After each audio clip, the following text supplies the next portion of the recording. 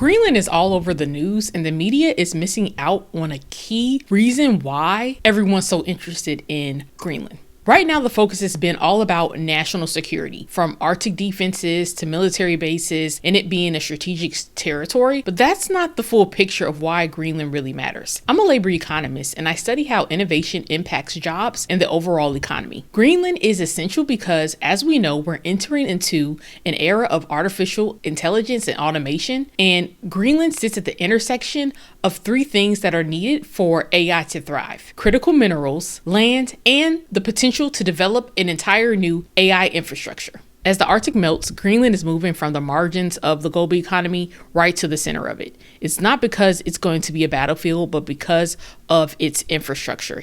It sits on critical minerals, the development of new shipping routes between US, Europe, and Asia, and the potential to develop a whole new AI infrastructure. So that is why it's very important for the global powers such as Europe, Russia, and China, and the US, why they're paying close attention to Greenland. It's not about necessarily a physical conflict such as a war, but they want to position themselves to be at the top for this next technological era that we're starting to see. At a basic level, every major economic power wants a stable supply chain and insulation from geopolitical shocks. Being at the top of the global economy is not about having the best software necessarily. It's about actually having control and authority of the physical infrastructures that AI and automation will rely on. Greenland centers at three things that are important for artificial intelligence, robots, and automation. The first up are rare earth minerals. Rare earth minerals are needed in everything that has to do with artificial intelligence,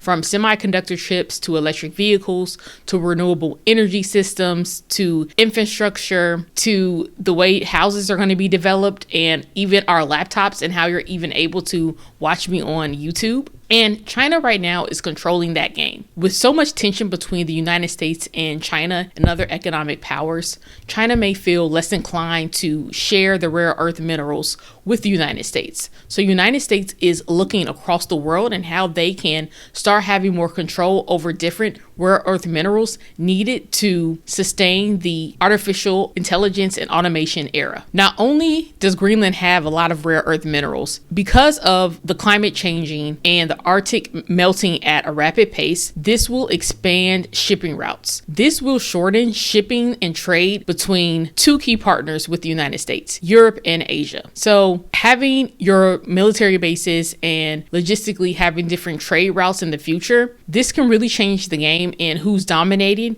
when it comes to imports and exports. In the future, when these shipping routes are developed because of the Arctic ice melting, this is going to impact regional jobs as well as national jobs and where the high paying and high skilled work will be of the future. The third aspect of this is land. Right now, we need more data centers and we're not building them fast enough. And as technology advances, we're going to need more. The United States already has a presence in Greenland with the Space Force having a base there. But think about all the potential for data centers to be built in Greenland, which would then have the US have more control and power over the direction of artificial intelligence and automation. While the US is doing a great job, they're still playing catch up with China, and this can definitely change the game if the US is able to get more control over Greenland. Countries are arguing over Greenland. It's not necessarily about the land itself. It's about positioning themselves to be the global powerhouse, to be dominant over there. That rarely gets explained. For the last 30 years, it's all been about developing the latest software, the best digital applications, that it came to a point where subconsciously people began to think that modern technology itself was weightless. But the future in terms of who's going to be at the top of the economic world of artificial intelligence and automation is not about having the best software. It's actually controlling the physical infrastructure that AI and automation are dependent on. So this includes minerals, energy, water, land, and space. And Greenland has such a great opportunity for everything because of climate change, in a sense, expanding the opportunity for AI infrastructure and automation infrastructure to be developed there. And not only because of the land, it also has such rich resources in terms of water and critical minerals needed to transform artificial intelligence and automation. Here's the part that rarely gets explained. For the last 30 years, it's all been about developing developing the latest softwares and the best digital applications. But the time has come where if you want to stay at the top of the economic world,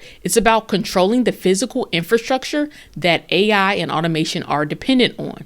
So this includes minerals, water, energy, land. So it's actually taken us back to a very traditional way of thinking of economics. We're going back into a time where it's all about place and land being at the center of who controls the next economic era. So this is what is making Greenland be at the center of all this global disputes between different countries. So what does this mean for you? It means that the future economy would not just award people who can create the best applications and develop the best software. It's also going to reward people for things that people really weren't thinking about until now, such as infrastructure, energy, trades, supply chain, logistics, negotiation. Understand these shifts have such a great advantage in terms of being able to adapt in order to be stable and also and to invest into the future of where society is headed. And that is what the media is missing right now when it comes to Greenland. If you want more grounded explanations of how innovation, technology, and geopolitics reshapes jobs in the economy, please remember to like and subscribe. Thanks so much.